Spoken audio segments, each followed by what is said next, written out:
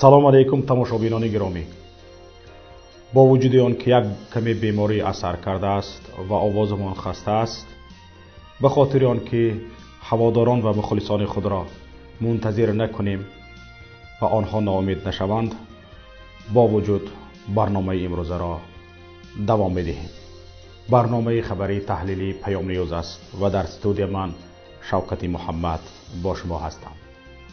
ҳоло таваҷҷӯҳ кунед ба сархати хабарҳо.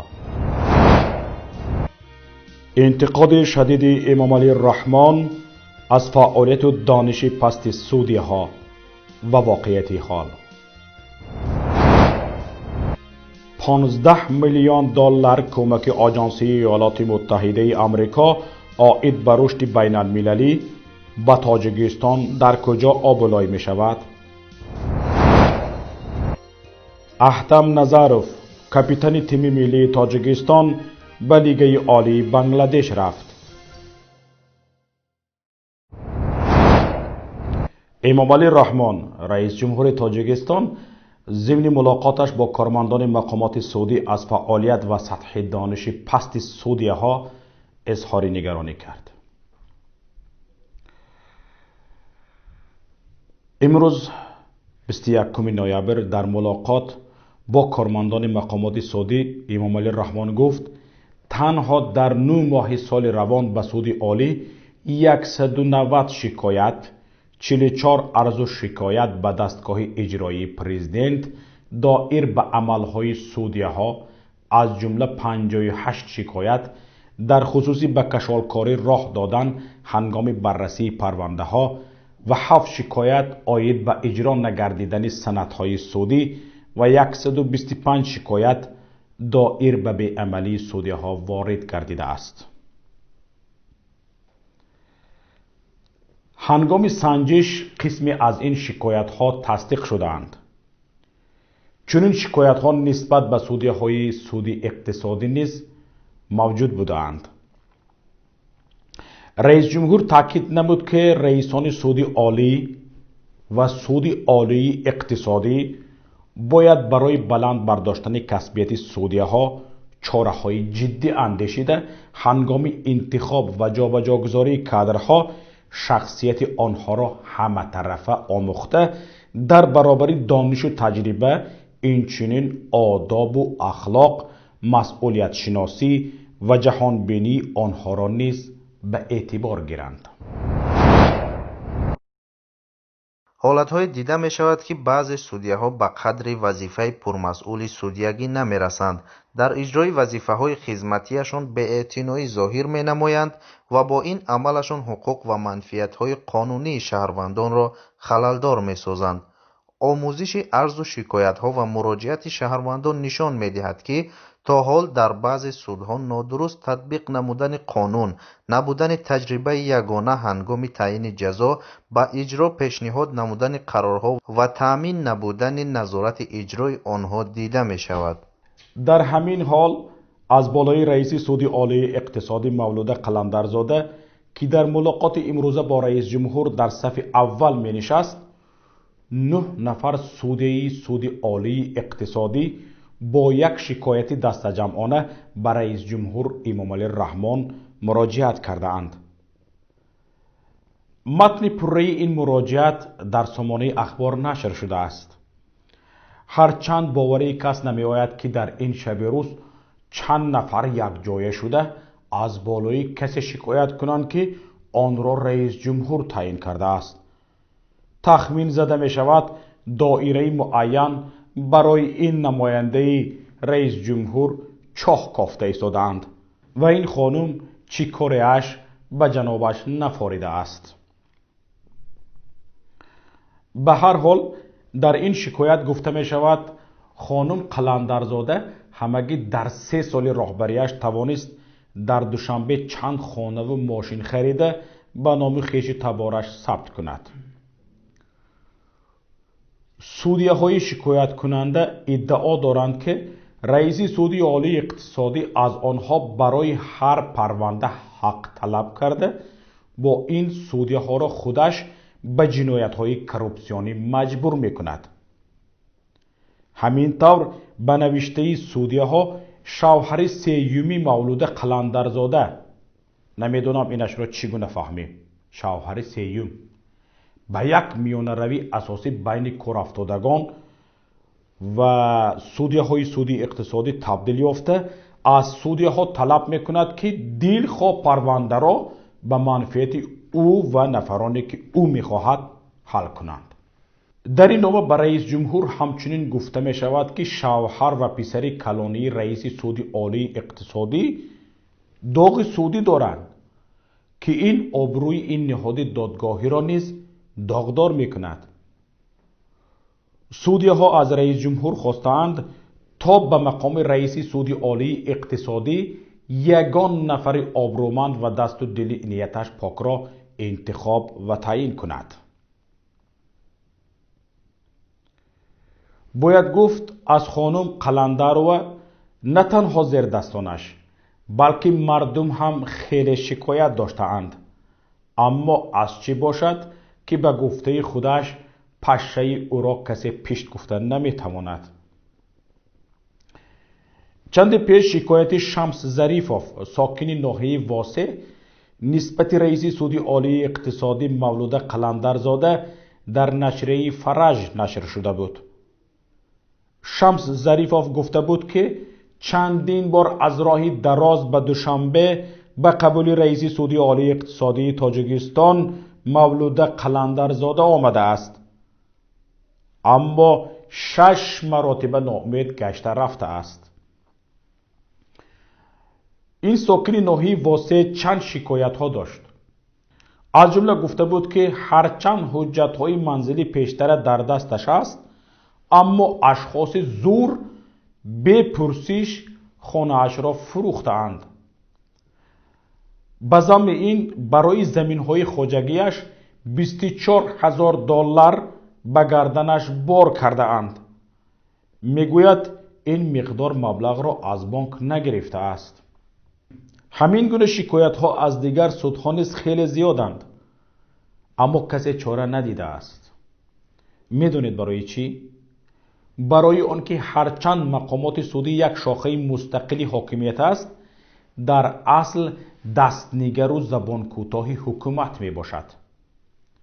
به این شاخه حاکمیت منصب را رهبریت حاکمیت اجرایی می دهد. سود نه انتخاب بلکه تعیین می شود.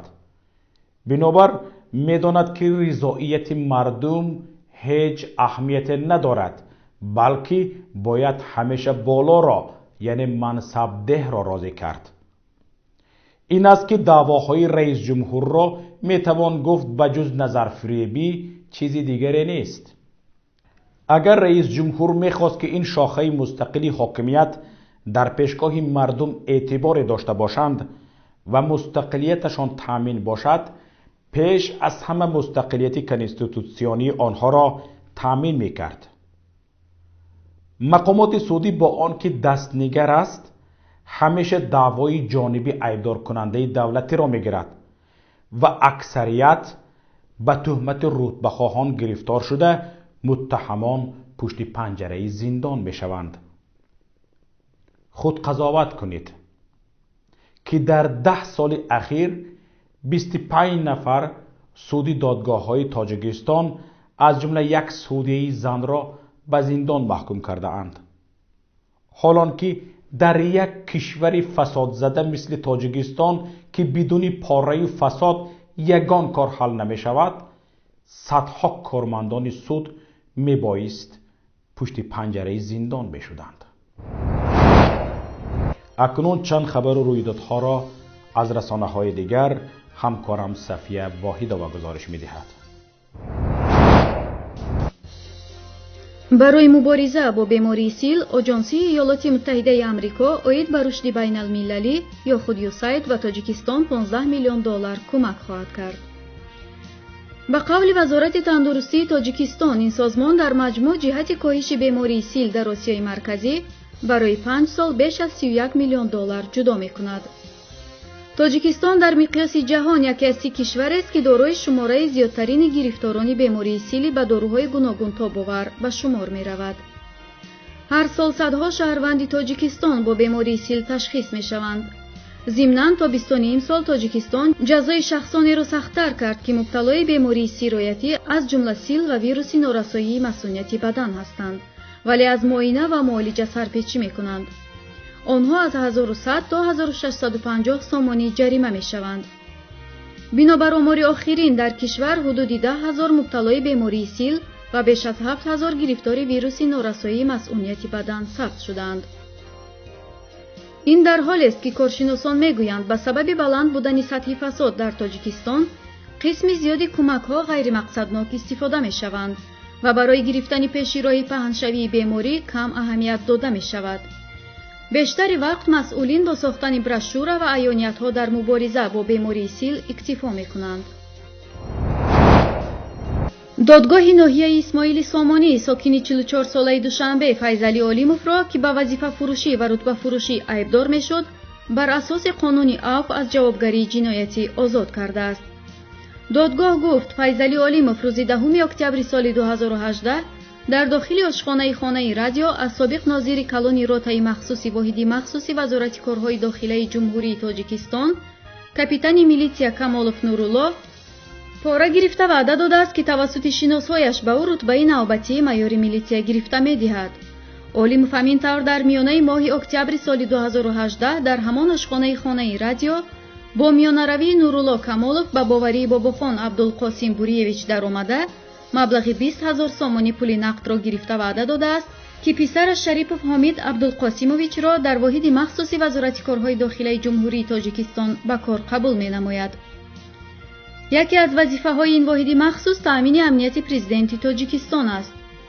پیشبرد پرونده جنایتی نسبت علیموف فیضعلی رضوانویچ طبق خلاصه سودی با ماده 247 قسم 2 بندهای ا ب کدکس جنایتی جمهوری تاجیکستان در اساس طلبات سرخط 2 ماده 6 قانون جمهوری تاجیکستان درباره عفو از 25 اکتبر سال 2019 تحت رقم 1648 قطع کرده شده او از جوابگری جنایتی آزاد کرده شده است.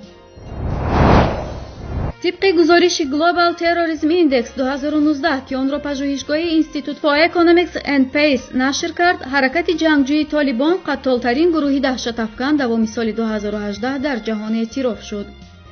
بنا به گزارش سال 2018 از دست طالبان 6100 نفر کشته شدند که 70% زیادتر از سال 2017 است. سازمان دهشت افکنی به نام دولت اسلامی در کشتار 1300 کس دست داشته است که چندین مراتب نسبت به سال 2017 کمتر است. شمار عملهای صادر شده از جانب جنگیان سازمان دهشت افکنی به نام دولت اسلامی نیز کم شده است. مؤلفان گزارش آن را به عملیات موفقانه ضد این گروه جنگجو ربط می‌دهند که موقعشان در عراق و سوریه تارومار کرده شد. سال 2018 در مجموع 15900 نفر قربانی تروریسم شدند که شمار هلاک شدگان نسبت به سال 2017 تقریباً 15% کمتر میباشد. سال 2018 شمار قربانیان در افغانستان زیاد شده است و 7300 نفر تقریباً 60% زیادتر نسبت به سال پیشین را تشکیل داده است. احتم نظرف کاپیتان تیم ملی تاجیکستان به لیگ عالی بنگلادش رفت.